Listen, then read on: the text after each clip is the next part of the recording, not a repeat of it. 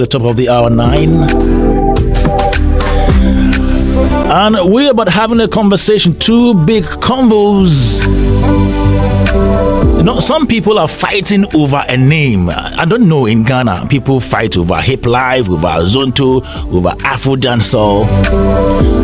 But I hear two people in Kumasi are fighting over the name Kumawood. Who is the originator? Who created Kumawood?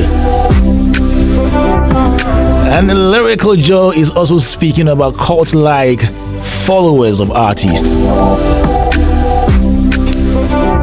Before we get into that though, Betway has this information for you. Betway Scratch and Win is back with a bang. A whopping 9 million Ghana cedis prizes ranging from cash, free spins, free flights and more are up for grabs from 1st to 31st July 2025. But how do you take part? How does somebody like Edem Mensa Chotome 2nd August take part in this one?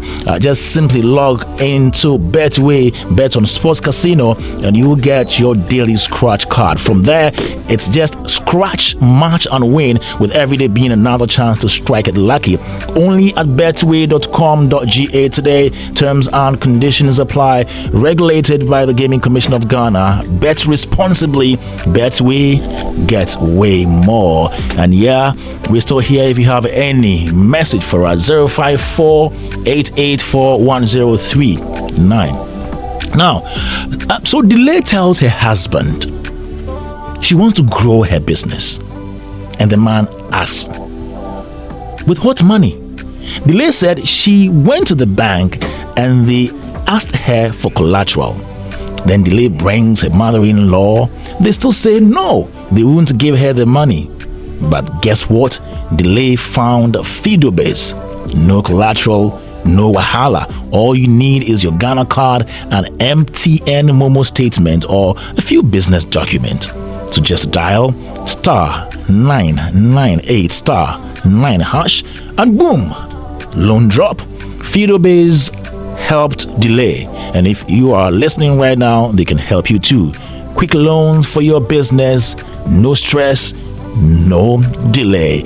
Yeah, and that is the information we have for all of you listening to us right now.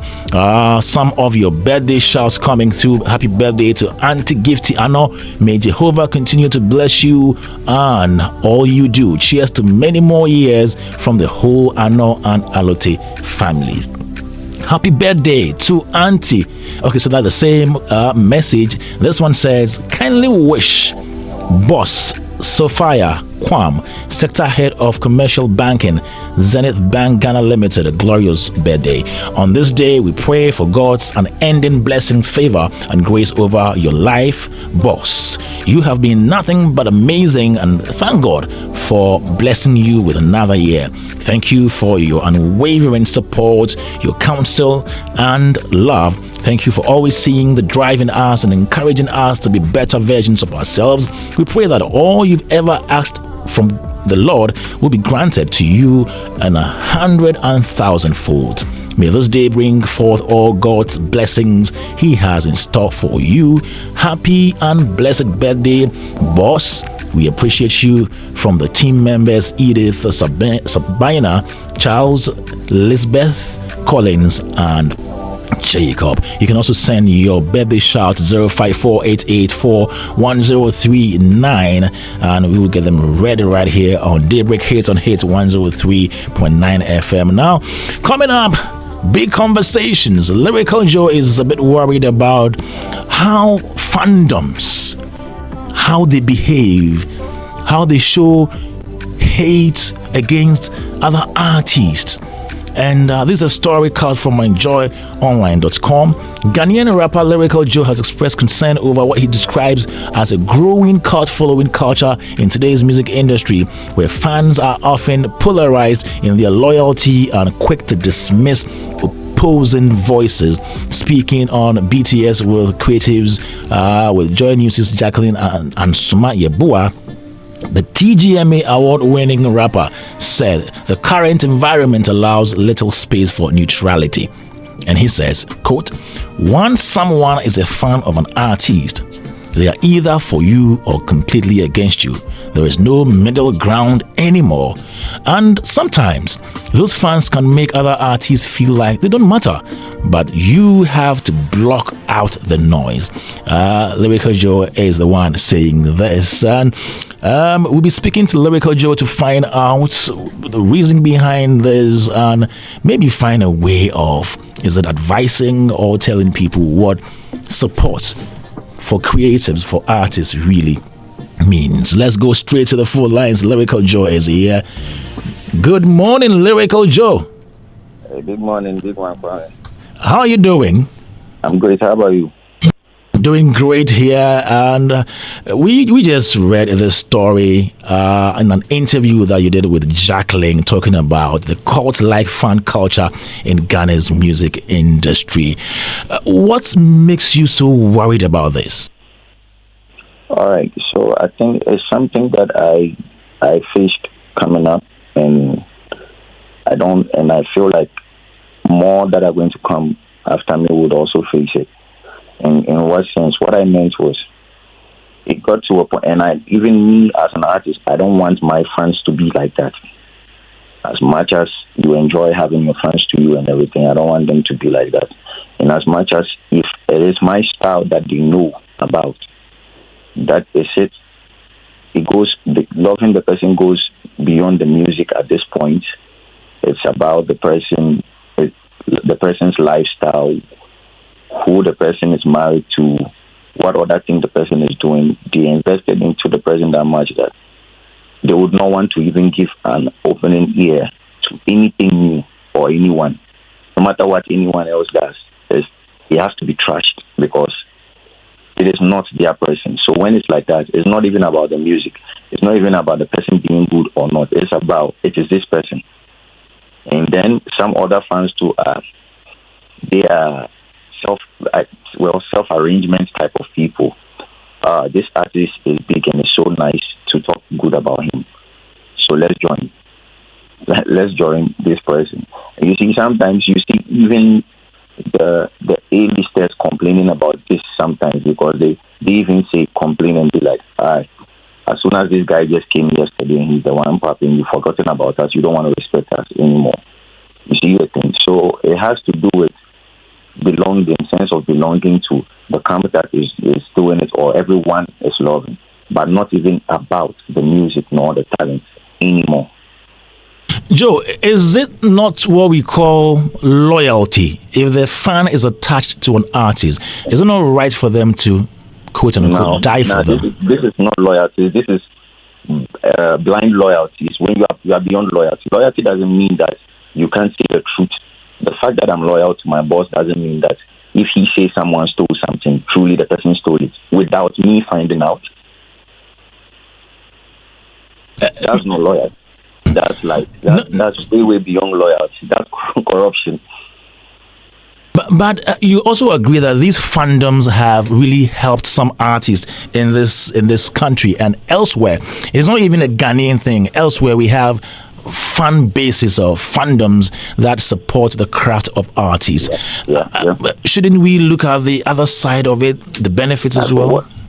That side is good, and that side can be achieved with your fans loving you, but not going beyond that. You understand? And we are the same people, or the entertainment pundit, or the other artists that have come like before, like that is already there. We are the same people that are going to turn around and be like. And sometimes you guys who face the heat, be like, right now, all of the artists are sounding the same. Everyone is dressing like this person. What do you think brought that? This is exactly what brought that. Because now, if being me is not going to get me loved, I'd rather look at the other artists. What is he doing that is getting him loved? Then you start being like that person, start singing like that person, start dressing like that person. Because you need his fans as well.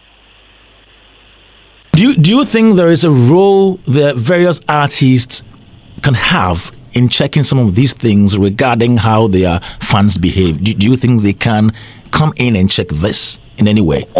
Unfortunately, the power that lies in their hands is just like 15%. Because no matter what, you can't. When your fan, you can only come in when someone is going like beyond too much, and then you come and say one, two things. But as much as they are your fans, you can't keep hitting on them that, hey, don't do this, hey, don't do that. You will get tired. But all I'm saying is that let's have our favorites, but still have open mind for new style, new talent, new looks, and everything, and love them, welcome them as well. Even though you have your favorites, that's all. Have you personally had any encounter like that from a fandom or a fan base? Oh, plenty. But I know the next question. Which fan base? I'm not. That has been some of my toughest battle and war I had to face coming up, and it's crazy. When you say plenty, do you mean different fan bases or one particular fan base? Different fan bases. Wow, Ghanaian fan bases. Yeah. Are they? Which genre of fan bases are these? Oh, but me, I do rap, so I can't talk about other people. I can only talk about what I have seen and what I've experienced, like the hip hop, especially where you see at the point where somebody will tell you that, but the way you rap is so nice. So why haven't you and this person done something yet? Some of these things are playing past, because sometimes two fans, even your fan base and that person's fan base, have already gone artists, and they will tag their favorite artists, and a whole lot is going to be like a whole lot is already going on. So this doesn't even have to do with just people's fan base. It has to do with even me, my fan base, everyone. You had a lyrical beef with Amrado.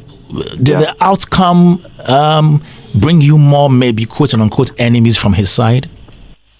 Oh, I mean, definitely. I wouldn't say he brought me enemies from his side, one, because already his fan base wasn't my fan base before this whole thing went on. I had my fan base and he had his people as well. His fan base wasn't mine. Maybe some of them didn't have a reason to not like me before the beef, and the beef gave them a reason to not like me. But on a normal, it's not like already his fans were my fans, and when we beefed, I lost my fans. No. You just have people not liking you for not their own, for a reason that is not their own reason, just because you had a beef with this person. And the same thing. I have people in my fan base that before I had a beef with a certain artist. They liked the artist, and after that, they still like the artist. They can still play the artist's song or enjoy it, talk about them. And I've had people too that right after that they don't like the artist at all. It's going to be like, hey, why? It's because he had a beef with you. To a point where even if me, I'm okay with the person, still the artist has to deal with the fan. All right. So have you personally encountered any Amrado fan maybe jabbing you under a post or something like that? Oh, as for that one, plenty. I mean, there's no one. I've encountered people jabbing me because of artists I've beefed with, and I've even seen my fans also, and the ones that I have the chance to reach out to. I've seen my artists also, putting out posts and things against the artists that when I have the chance to reach out to those fans, like that fan of mine, I would reach out and be like, Charlie, they do this. If you have a personal problem with the person because of this, that, but it shouldn't be because of me. I've had issues with even fan bases that are close, that I know that when I see them doing that, I'll have to put a hand on their shoulder and be like, no, don't do that. And the amazing thing is, most times these artists that are seen as arch rivals, they talk behind the scenes a lot. Yeah, how is your relationship with Amrado like now? I mean, it's been a while since we spoke, but I wouldn't lie and say we didn't speak. Godfather and the Dusty put a call through once, and we spoke about things, and concerning the beef as well and all that, and then we left it there. But since then, it's been like that. But I wouldn't say we became tight like we used to be. No. Okay, but there is no bad blood between the two of you? No, not at all. What implications do you think this type of fan culture has on the whole industry? You see, as much as people want to backdoor it or backplay it, it's serious. It's very serious. And this, let me even take it away from our industry. These are some of the things that even some of the people, that the culture that we are doing, we have taken today, these are some of the things that ended their lives. The legends that we know, like we knew, talk of from Tupac to Biggie to the rest. Sometimes fan base or this whole thing fuels, like they will fuel it up. You understand? Where before you realize people are stabbing people because of two other artists. And you don't know. And it goes down to even political parties and everything. This thing is deep rooted than even music. So it's something that is there and the people know it, but it's just hard to go around it. Since you brought this up, what is that solution, one solution you think we can proffer for this particular issue? I mentioned it from the beginning. I'm like, it's okay to have where we can, it has to do with the mental, right? Like your mental state and everything. For you to psych yourself and understand very well that it is okay for me to be a Christian but not hate Muslims. If the fact that I'm a Christian doesn't mean a Muslim is saying something that makes sense, I should trash what the person is saying automatically because we are not worshiping the same God or speaking the same language. That's all. Open-minded. Let's be open-minded. Okay, thank you very much for your time this morning on Daybreak Hitz 103.9 FM, Lyrical Joe. All right, welcome. All right, so you just heard Lyrical Joe right there talking to us about the story, an interview he granted Jacqueline of Joy News a few ago, and he was criticizing the cult-like fan culture in Ghana's music industry. Adam Mensah Chotame, aka 2nd August, is right here with us. My brother, how are you doing? By the grace. But what is that voice for? And it's on to me in Kasa. But at the mention of 2nd August, then you are shaking. Why? 2nd August is getting nearer and nearer. I hope by now everybody knows. So, Lyrical Joe's birthday is 6th August or 5th August. So you are diverting. Okay, that's okay, fine. I hope you're doing well. How is everybody? Everybody's fine. How is she doing as well? She's doing well. Okay, so Lyrical Joe is worried about this whole fan base thing. This is not the first time we're talking about this, but I think he's so concerned as well. Yeah. I mean, he has every right to express his view, especially, I mean, coming from such industry. Maybe he's seen the other side of it, and I mean, with experience, he's trying to maybe caution the space of how they need to be very cautious of that thing. But I've always said that fan bases are part of brand communities, and brand communities are very essential to the growth of a brand. And for that reason, I mean, if recently in Ghana there was a party that is like where that culture is coming. You see bands, those who have bands coming up to have like a sort of gathering. Recently, Sama Mumin and a couple of people who have Range Rover, they had some level of convergence, and I mean, it was a very nice party. They are brand communities, and brands have become very, very, very aware of such existence, especially the growth. I mean, increase as a result of the emergence of social media. All right. And consumers, like fans, do not only want to, transact. They don't want transaction. They want transactions to move beyond that and get into participation. All right. So in the era of participation, the communities are coming together to actively get involved in something. Yeah. Recently, we saw Stonebwoy and his brand community have some fun games at the Accra Academy, right? Yeah. Where they played soccer. So it has moved from just consuming music to participation. All right. And some of these people are getting involved even in corporate social responsibility. We've seen that the Lumba fan base go to, what do you call, unveil boreholes for communities among. These are some of there are benefits. The crucial aspects of, brand community. And don't forget that some of these people, when loyalty brings them together, they have what it takes to help brands get gigs, ambassadorial deals. Because, I've been in a meeting where people are looking at, okay, let's go and pick this artist. And they'll say that, Charlie, his fan base are loyal to the extent that if we pick him, our show is sold out. Yeah. You understand? So, fan bases move on to also become ambassadors of your brand by helping your visibility. Now, they share your brand messaging and other things, your music, all of these things with their network.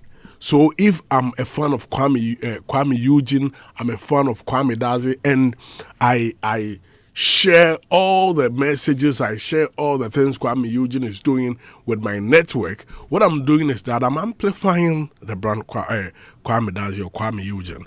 So it even goes into merchandising. Yeah. Like when brands get themselves into, expanding the goodwill of their brand into other commercial ventures, these brand communities who are loyal to the brand engage in patronizing these products.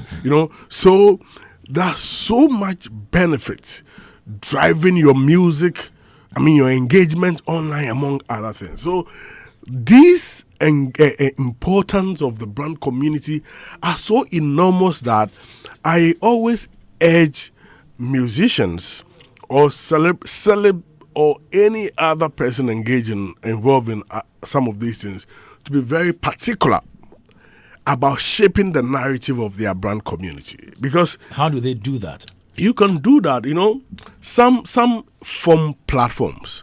So like they have WhatsApp groups, they have even some have groups who do meet physically. Yeah. So they have leadership. So you can have leadership of all of these groups. Yeah. So if you have such leadership spanning from various, areas, when somebody is going beyond the mission and vision of that community, the leadership can help locate.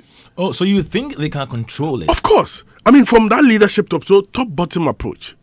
You understand? So if a certain Kwame Dazi is a fan of, say, Mr. Hagler, and Kwame Dazi is always misbehaving, misfiring on social media, because you have some leadership, you can bring them, this Kwame Dazi, who knows this guy? Then the brand leaders you might not have all of them on one platform. They may be scattered across various places. The leadership can look through them from their members. You understand? So it's a strategy to find a way to, and it's not only even looking out for some of these people. At times, you want to control the narrative, and you want to control the way you are using them. So having them in groups, having leaders, you can have all year programs, other activities to positively, control how these people are used. Yeah. I'm an artist. Yeah. A fan of yours, living somewhere in the northern region, who may not be on your fan base platform, is always abusing me on social media. How do you control that? That is why I'm saying that. Recently there was something happening. Shatta, there was a program of and there were some of the groups, SM movement, coming from different parts of the country. So wherever the fan or wherever the person, he lives in a community. And there can be a way to find it. I'm not even focusing on just going to look out for misbehaving members, but how to control and shape the narrative over time. It's like how you are training up a child. A culture. Yeah, so you build a culture that it will get to a point that it will even be difficult. When he's doing certain misfiring, he realizes that no, this is not our culture. So, it makes him look odd. and will conform. So I want them to look at the enormous positive benefits of having these people and how you can nurture them over time. Yeah. And regardless, we can have some recalcitrant, but the positives will outweigh the negatives. I mean, we need to. I've seen WhatsApp groups where it get to points that I see some of the artists in some of the groups. Okay. You understand? So, because these funds are moving from just consumption to participation, the artists should also move from just enjoying the funds to also participation. So, the fund is coming with the interest of participation. The artist must also have the interest of participation so that as the fund is enjoying that participation and the affiliation, benefit, the artist can also enjoy the other enormous benefit which comes to having fun community. So let's not just allow them to do things they want to do, but let's be part of the narrative. And there are times too that the artists will enjoy that negative, behavior of the fandom. Where they can even edge the community on to go a certain tangent. You, the artist, should know that. That can also have a repercussion, because when your community always, don't forget that there is the brand image and there is the identity. Okay. You understand? So you voice the identity, when it comes to the identity, you voice it on the brand. But when it comes to the image, it's an interpretation of the identity. So when your identity of your community is always about marauding, attacking, you are creating a certain identity, and that will lead to a certain image out there. Okay. And that image can also take some opportunities away from the brand. That is why you should be interested in how your brand community creates a certain narrative out there, because their narrative, which becomes the identity out of the image, can have a negative repercussion on you, the brand. You understand? So it's like maybe a certain people using some cars, and the cars always getting accidents. There was a time that there was a type of car where people didn't even want to. This 1907. I don't want to mention the brand. We know. Like, Charlie, this car there. We know. So it's created a certain brand image out there. So the artists should be very cautious, interested about how their community behaves. Okay. Because it has a positive or negative repercussion. It could have a positive or negative repercussion on how corporate Ghana engages them. All right. You understand? So, okay, and we have Robert Clark on the line. He wants to add his thoughts to this particular topic. Robert Clark, let's speak to him now. Okay. Hello, Robert. Hello, Kwame. Hey, Robert. Where you go there? Kwame. Where you go there? Where you go there? Oh, let's do some small trip to East Africa. East Kenya, Africa. Kigali. Oh. So are you back already? Oh, I'm back. You see me in a bit, but I have to contribute to this because it's dear to my heart. Okay, let's hear you. When you come in here, we talk about Kigali. Sure. All right. All right. I was analyzing the statement written by the journalist on Lyrical Joe's statement, and there's a particular section I'd like to just reiterate real quickly. It says that once someone is a fan of an artist, they are either for you or completely against you. There's no middle ground anymore, he stated. Then he added that, and sometimes those fans can make other artists feel like they don't matter. But you just have to block out the noise.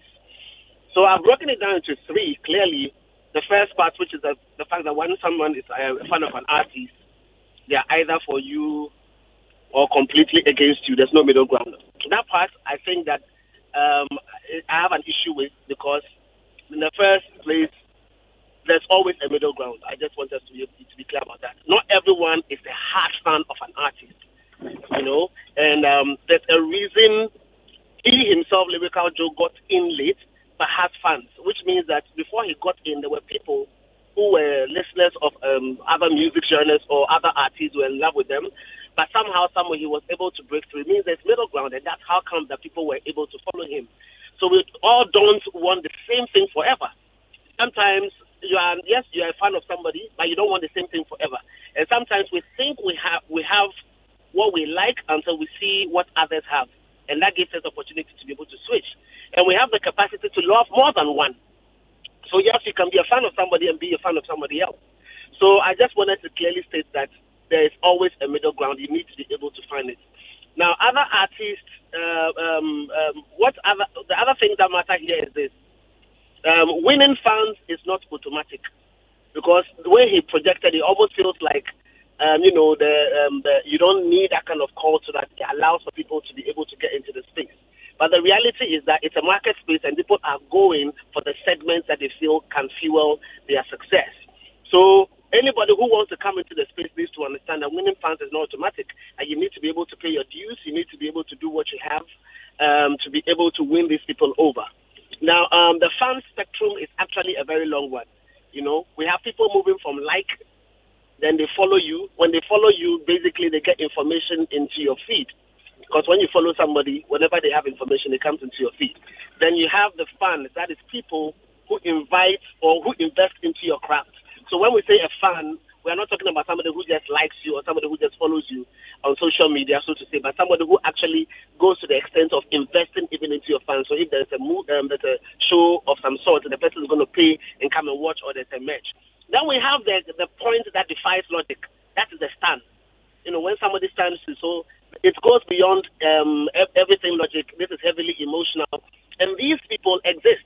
And for the most part, a lot of artists want to be able to get to this part, because once they have you, it simply means that their music consumption is guaranteed, their merch consumption is guaranteed, their show participation is guaranteed. You having bookings and using this as a particular base to inform how much you charge is guaranteed. Your voice in the music space is guaranteed, because they always amplify your values and whatever you project. Your impact in terms of music is guaranteed. Your influence within the space is guaranteed. And the market that keeps you going on and on is guaranteed. So really, it's about cultivating the followers. So you want a cult, quote unquote, you want to be able to cultivate your followers, so to say. I think the challenge here is when the people that you have cultivated begin to do the wrong thing, and that we must always speak against. And that is also very important. And we've seen this. I think that probably we need to take time and look into the Gaza situation with the man who just came out of jail. I've forgotten his name. The dance all. Vibe Cartel. Vibes Cartel. We need to get into that space and understand the amount of influence he had on people, up to the point that when he asked them to bleach their skin, they were even bleaching, put on tattoo, that kind of stuff. Where if they ask you to wear Clarks, they would go and wear it. That's a level of influence that we need to be able to understand and study, because that kind of following is crazy. And anybody who's able to attain that, yes, economically you have huge benefits, but that also simply defies logic and reasoning, and we need to be able to clearly understand that. But if anybody is able to gather that kind of following and use it for the good, or for positive stuff, at least there's huge benefit. So yes, Lyrical Joe has the right to be able to react about situations of this nature. But I think that when we have spectacular stuff of this nature, what we need to do is to clearly study it and see how we can extract the benefits and learn from the benefits to enable our own growth and development in this particular case with respect to music business. There is a third point that you didn't even expatiate, to block out the noise. Out the noise. So the blocking out the noise, I think he himself gave a solution to it, because to say you are blocking out the noise, it means that you are preventing yourself from hearing what they are saying and following a trajectory that is the way out. And it is necessary for people to be able to do that. If they are speaking against you, speaking against what you represent, you need to be able to persistent with what you're doing so that that does not affect you. Because if you allow the negative to affect you, then that's what it means. And sometimes when we say blocking out the noise, you realize that really the number of people who are speaking are just the loud majority, they're just the loud minority, not the silent majority. So a few folks are speaking. It doesn't even matter if you say the whole of Twitter, because you can go and check the number of people who are on Twitter in Ghana, and you realize that they are not even up to, I think they're not even up to 1 million. So we need to be clear about blocking out the noise or even sieving through information that comes to us. Sometimes we assume it's everybody, but it is not everybody. So yes, we have to be very careful. I just recently watched Anna Marie interview where she said that she thought that people didn't like her that much, and when she came back home from the performance that she did at the at the Coachella, she got massive love, and she realized that it wasn't everything that was happening on social media that represented the truth in terms of the people around in the country. So again, it's about blocking the noise, but we need to also be able to block it insightfully. You know, some of these details, some of these facts and figures will help you appreciate that, yes, the noise is worth blocking, because really there is always a loud minority, and you need to be able to block what they are saying and not assume that that is a majority speaking. All right. Thank you, Robert Clark. We're waiting for you. Still here on Daybreak Hitz 103.9 FM. We are on Showbiz Review now. We just spoke about Lyrical Joe's comment about the cult-like fan bases. Yeah, that is a big problem to him and other industry stakeholders. Now, coming up, some people are fighting. Some people are fighting in Kumasi over the name Kumawood. When we come back, it has sparked a fresh wave of debate within the creative space, and he has declared that there is no movie industry. But even more serious is what he has said about the claim that he originated the name Kumawood. he brought the name Kumawood. That is what SamDakus is saying. And I saw another interview where Samuel Nyameche of Miracle Films is also saying that no. Before SamDakus did the Kumawood and Akobin Festival and Awards, he had already used the name Kumawood. It came from his mouth. So that's the big conversation here. It appears in this industry, almost everybody is laying claim to something that they originated. You know, it's Reggie and the other people claiming, okay, Hip Life is mine. I brought it. I named it. Some people saying, oh, Hip Life, the genre was there before the name came. There have been other controversies regarding even Azonto. We have the Gas Millers, we have the other people all talking about that. Then even recently, African dancehall. Now it is about Kumawood, and we have SamDakus right now on phone. Good morning, SamDakus. Good morning. Yes, good morning. How are you doing this morning? I'm very well. Yourself? Doing fantastic here. And we've seen stories about an interview you granted Sean City TV.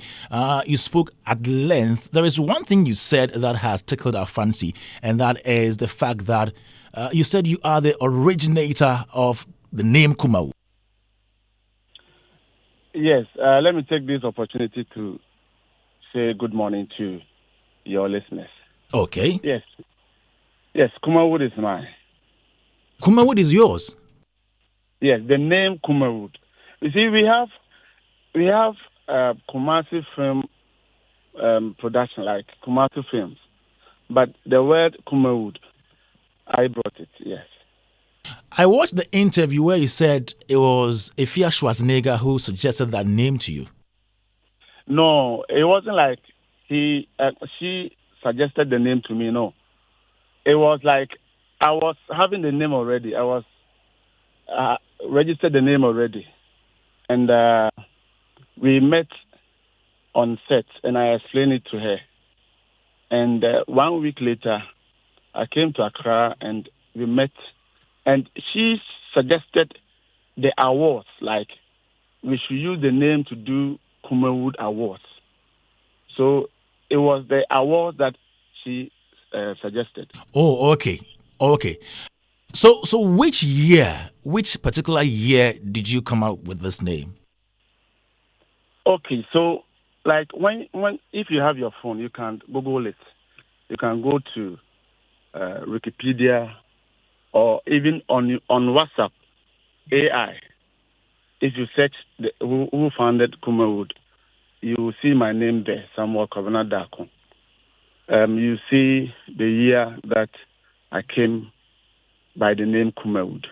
But I started using the name right from 2010, 2012, where I gathered all the media in Kumasi, and then we launched the name Kumawood and Akuben Film Festival.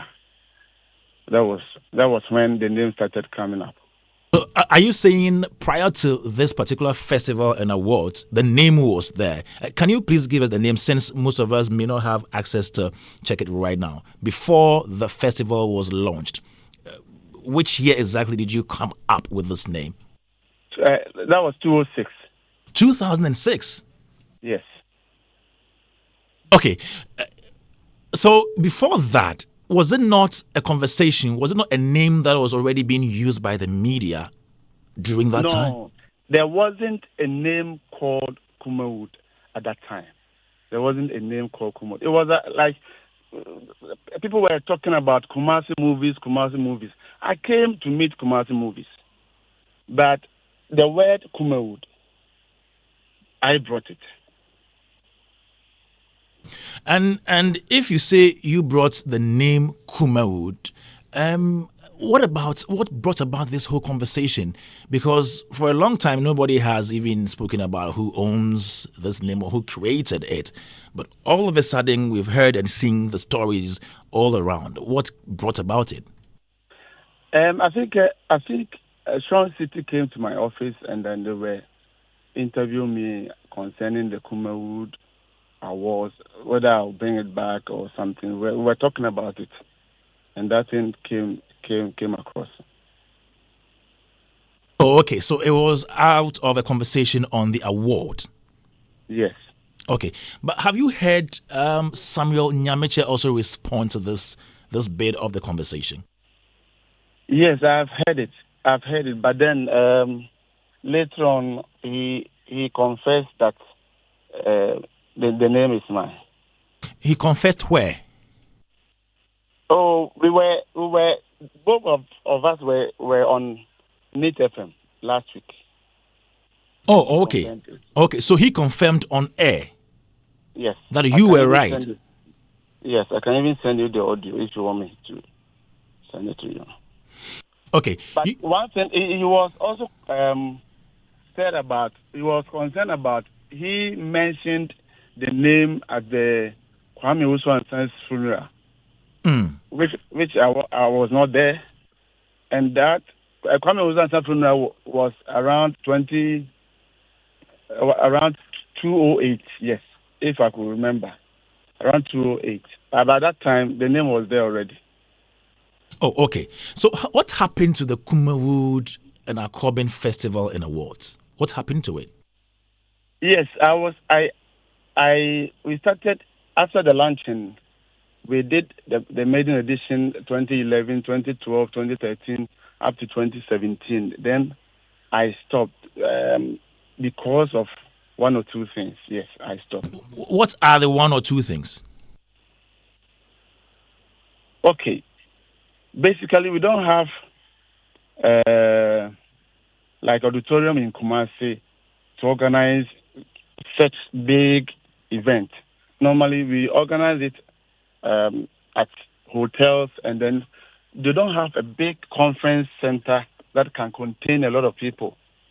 So the industry players, by the time you open your eye, the industry players have filled the place. Like the place is full. So it was difficult for us to get revenue on because when the industry people come, they don't pay. They just come with their friends and then fill the place. So we're finding it difficult, to have sponsors and then to also get revenue.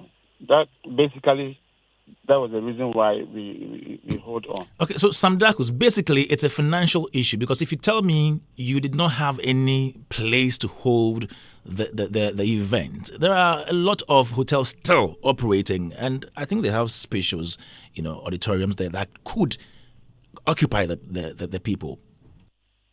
What I'm saying is, if one star is coming and its people is around 7 or 10, calculate them. Which place will you get in Kumasi to, host such a program? You understand? So it was a financial problem. Yes. Okay, so that's about the Kumawood and Akobin Festival and awards. Okay, so that's the state now. You're also quoted to have said that we don't have a movie industry. Yes. We were also talking, and then I made mention of that. Basically, we have film associations. For the best of my knowledge, I haven't seen an industry where we have a federation, we have board members, we have chairman, we have, the secretary and the financial secretary, and then also a government representative board that can spearhead the affairs of the film industry. I haven't seen that. So he asked me, and we were talking about it. SamDakus, there is the National Film Authority, which is a government agency that comprises people from the various sectors of the film industry. Have you not heard of them? Basically, we were talking about Kumawood. It wasn't like Ghana. But Kumawood forms part of the Ghanaian film industry, right? But we don't have Kumawood industry. You don't have Kumawood industry? No. We don't have a word Kumawood industry. We have Kumasi film industry, fine. But the name Kumawood, we don't have an industry for it. But at least there is an industry operating in Kumasi or the Ashanti region for film, right? Yes, fine. That's what I said. We have associations. They are working. I'm part of them. We are working. But as a board, we don't have it. There is a new association that has been formed, kind courtesy the Ashanti Regional Minister, the Kumawood Ashanti Film Association. Are you part of it? I'm not part of it because I didn't hear about it initially. I think that was the reason why the Sean City came and they interviewed me, and later on, I got to know about it. Okay, so after getting to know about it, do you have any intentions of joining the association? Oh, I am part. I am ready for it. I am part for it. I'm a producer. I'm a director. I'm an actor. So I am part. I'm fully part of it. But I don't like them to use the name Kumawood. We are still talking about it. We haven't agreed on certain things because I have used the name to do a lot of things. Privately, I have used the name to do a lot of things. So if they want to use the name, at least there has to be a negotiations. What do you mean by negotiations? Do you need money? I don't need money, but I need recognition. How do you want it done? I don't know, but you see, like you I don't know whether you even know that I brought the name Kumawood. I just need a recognition that he is the founder of the name. That is it. Okay, I don't need money. I know Dr. Kwame Nkrumah. You can't pinpoint and say this is Kwame Nkrumah's building, but his name reigns forever. That is what I want. Let's give credit to, who is due. That's what I want. You've said that you are willing to be part of this association, but you want recognition for you coming up with the name Kumawood. Whom are you seeking this recognition from? That's why I said there's a negotiations going on, but I don't want to come out with Okay, anything between you because and who exactly? I received a representative from the regional minister at my office somewhere 2 weeks ago. Yeah, getting to 2 weeks ago. So we are discussing something. It's not yet concluded. That's why I don't want to talk about it. SamDakus, what do you think is the biggest challenge of the Kumawood industry? Let's talk about Kumawood. Or the Kumasi film industry. Kumasi film industry. That's it. Okay, so the biggest challenge is, in every sector, every industry, every decade there's a change. We came to meet Piamonko Patrikotum. Along the line, CD came, and then this time is about social media. So we have to promote the social media to our old ladies and then our papas, so that those who are interested in our movies will go online and watch it. Other than that, there's no way the CD will come back again. So all of us should promote the social media so that we can also get revenue from there and shoot the movies. People like Sokrit Safo have moved that we should not completely leave out the CDs. We should just add that to the new media. Do you agree with him on that? I don't agree with him because those who invest in even the CD deck, they are not investing again. So if you do the CD, where are you going to slot in and play it? Are you getting my point? I'm getting you. Now the new devices are coming. So if you think that we should go back to CDs, I don't know his point though, but I don't think it will work. You don't think that will work as in adding that to the online or the new media? Yes, because like I said, we came to meet Piamonko. Those big cassettes. I don't know whether you yourself. I don't know whether you have some, and I don't know whether you have CD deck in your room right now.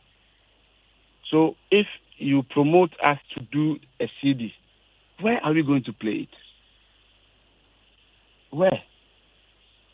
So if you sit down and think about this, the industry will move ahead, and you are thinking that you fade out.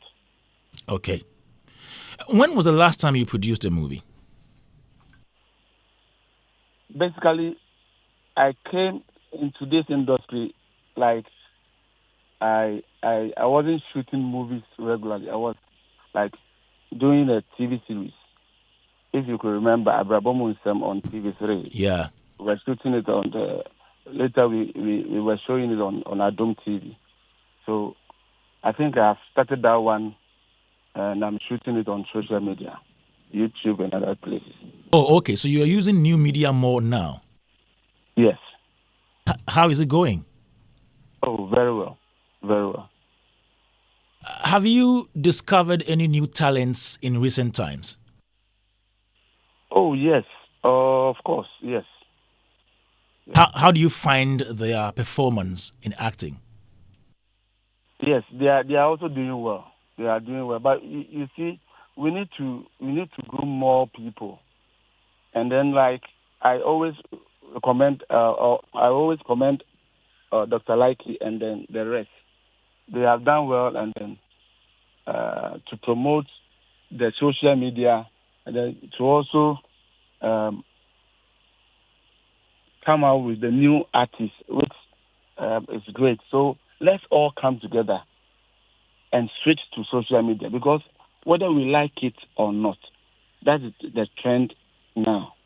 Okay, I love that. And by saying that, we should all come together as well and move the industry forward. Thank you so much, SamDakus, for speaking to us this morning on Daybreak Hitz. Thank you, sir. All right, you just heard SamDakus, who is a movie producer based in the Ashanti region. He says he is the originator of the name Kumawood. So Kumawood Ashanti Film Association, they need to come and see him. Adam. Yeah, Kwame, I think I'll look at it from two perspectives. The one he's talking about the industry. Yeah,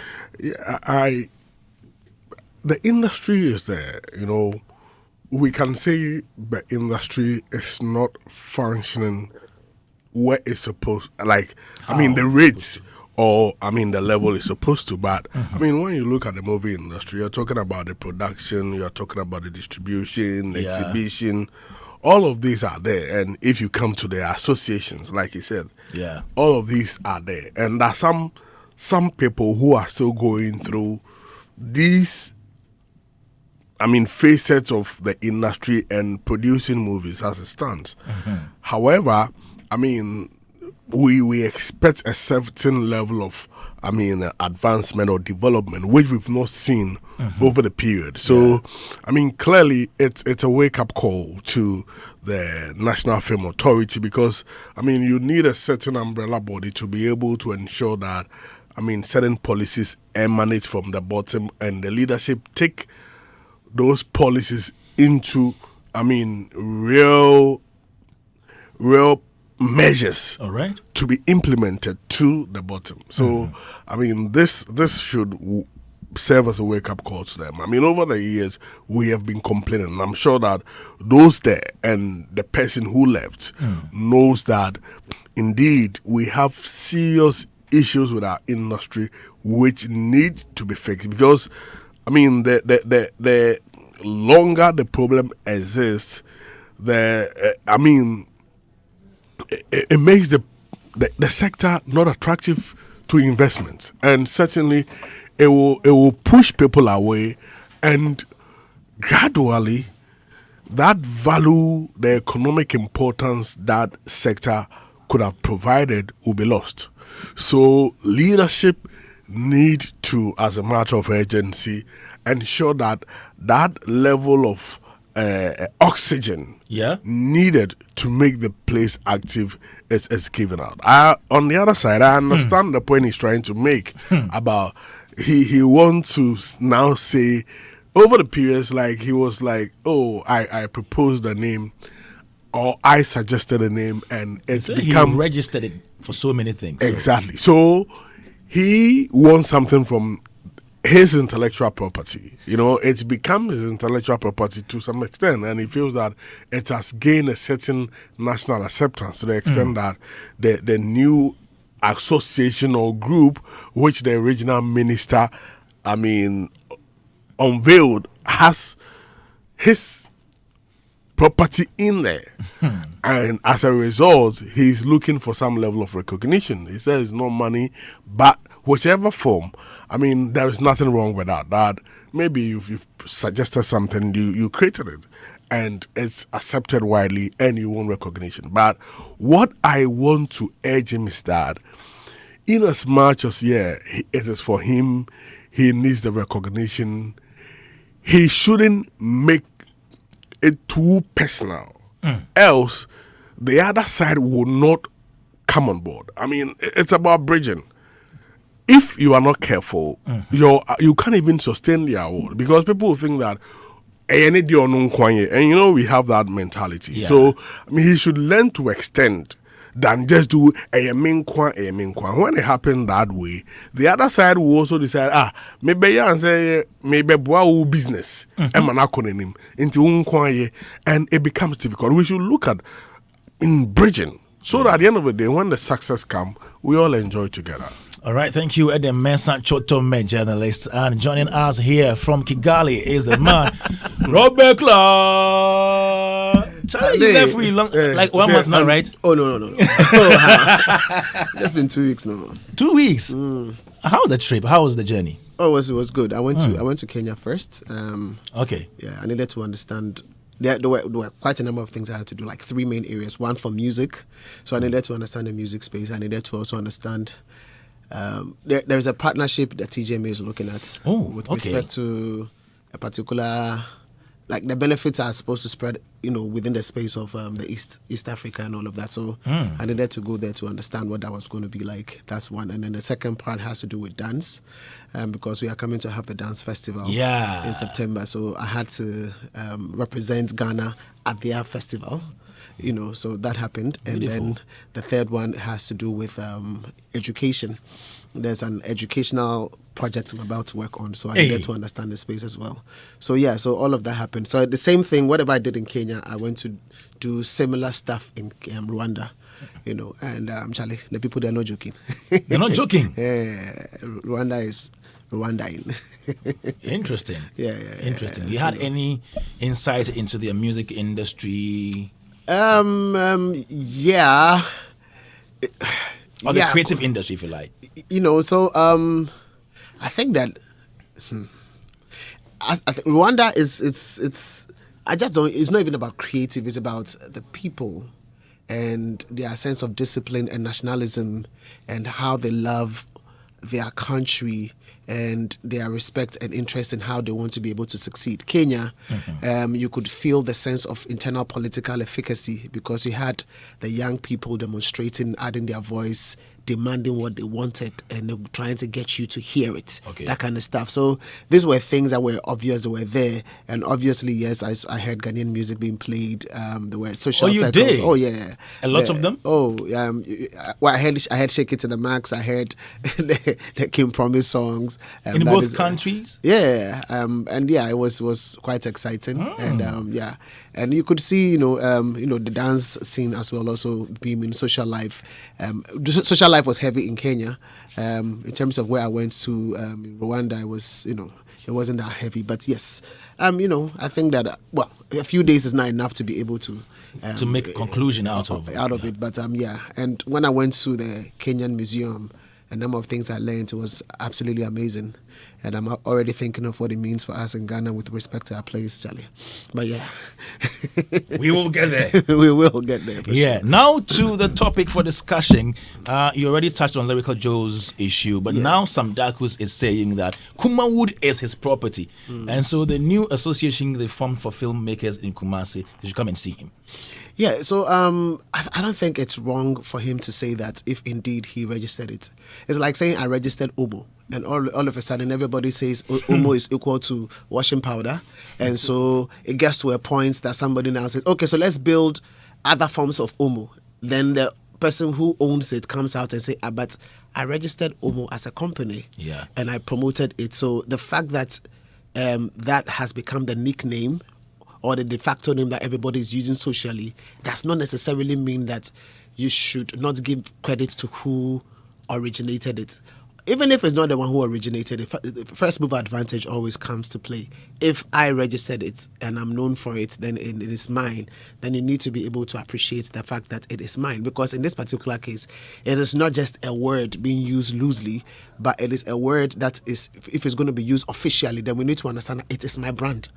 It's registered in my name. Like I have, when I went to register, they gave me that power over that particular term or that particular phrase. And so we need to be able to appreciate the fact that that is what it is. So I think that he has a call. He's a bit unsure what he should be asking for, but what he's sure about is recognition. The other elements, I felt like he was open to whatever suggestions could come through. But again, it felt like, okay, I've created something. I had a vision for it. I have a term I'm using, and that term seems to become the household name, and people are using it for other reasons. I have every reason to be able to, point it out, and there's nothing wrong with that. This is an association. It's not even a commercial entity. Yeah, but the question is, if it's an association, and he says he wants to be part of it. Association, something, a group he's willing to be part of. Yeah, so like I'm saying, so imagine that we have, so Omo, and everybody is calling it Omo, and all of a sudden, then somebody now say, let me use another name within what do you call it? So yes, okay, so Charterhouse. Yeah. Then now somebody gets up and say, okay, so I'm forming Charterhouse Association, and the Charterhouse Association is being formed by somebody else. and then they are And inviting that's you. not a commercial. It's not a business entity. Then it becomes an association. No. Yeah, but what I'm saying is that you are forming an association called Charterhouse, and then you are now invited. Charterhouse, would you guys like to be a part of it?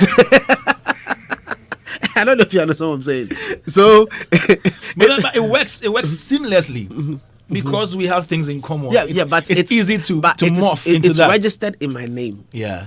So maybe at this particular point, he may not be seeing something, but This is I'm an saying that association. Yours is a company limited. But do you realize that if you go to the Registrar General and you're going to register something, and the name has already been used, they will not give it to you. Yeah. Exactly. And there's a reason why they don't do that. So what I'm saying is that you can form an association if you want, but the moment you want to register the association, you realize that the registrar will tell you this is not possible because this name has been used already, that kind of stuff. So I think that is a fair point. We need to be able to hear him out and also get to that point where when we want to form associations, we should also check with the Registrar General what names are available and not available so that we don't commit these errors, so to say. But I think that it's worth the talk and investigation, and then we'll all learn from it. I mean, Is he essentially. really the originator? Because I started following this game, I think it was the media that started using these terms. Yeah. So for me, again, it could it be started from somewhere. it could be that The media it could be that he's not the counts on originator, it. but he has registered it.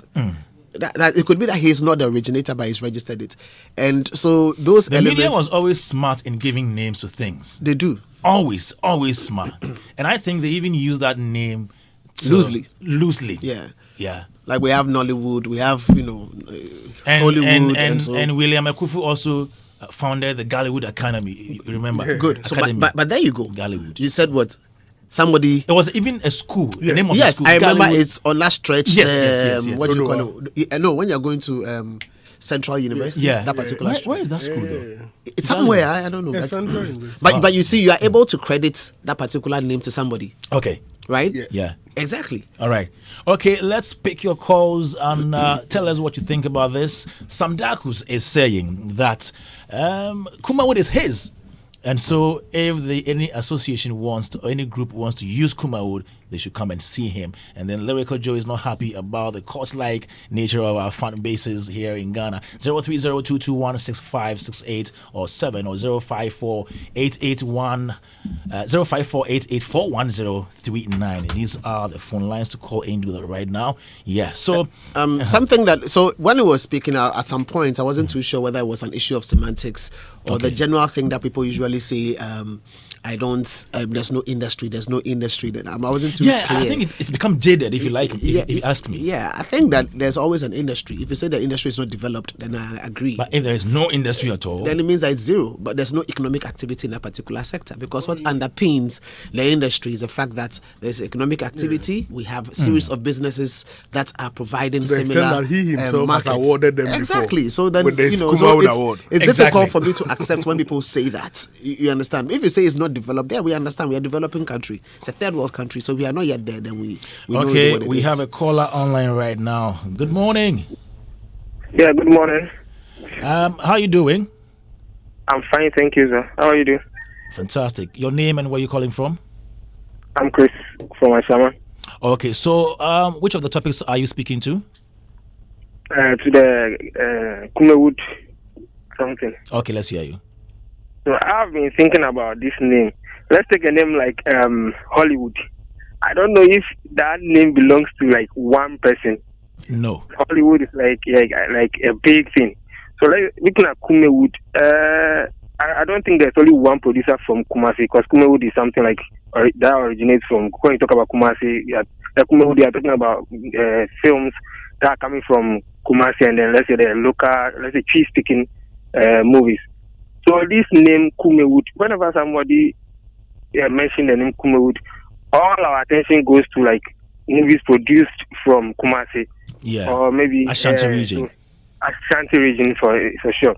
So I don't think one person should, claim the name that he is maybe the owner of the name, like Kumawood, because you don't own Ashanti region.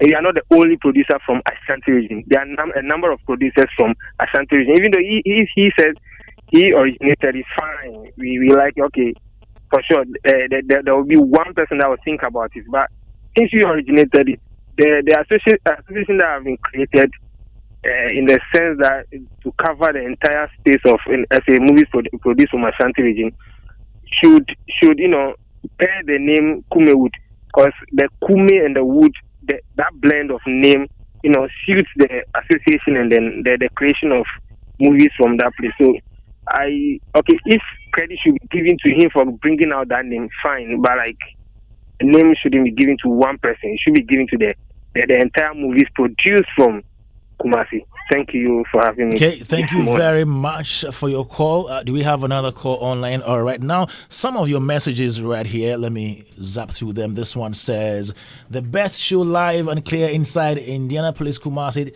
Tanosu, Kesbin Junction, and the main location. This is from Pedroa Maldina Cruz. We have this one says, super awesome, happy birthday to Triumphant Global Ministries, aka Chapel of Triumph, and especially today, on today being the 23rd year after coming into being. All we can say is God bless the visionary Reverend Abraham F.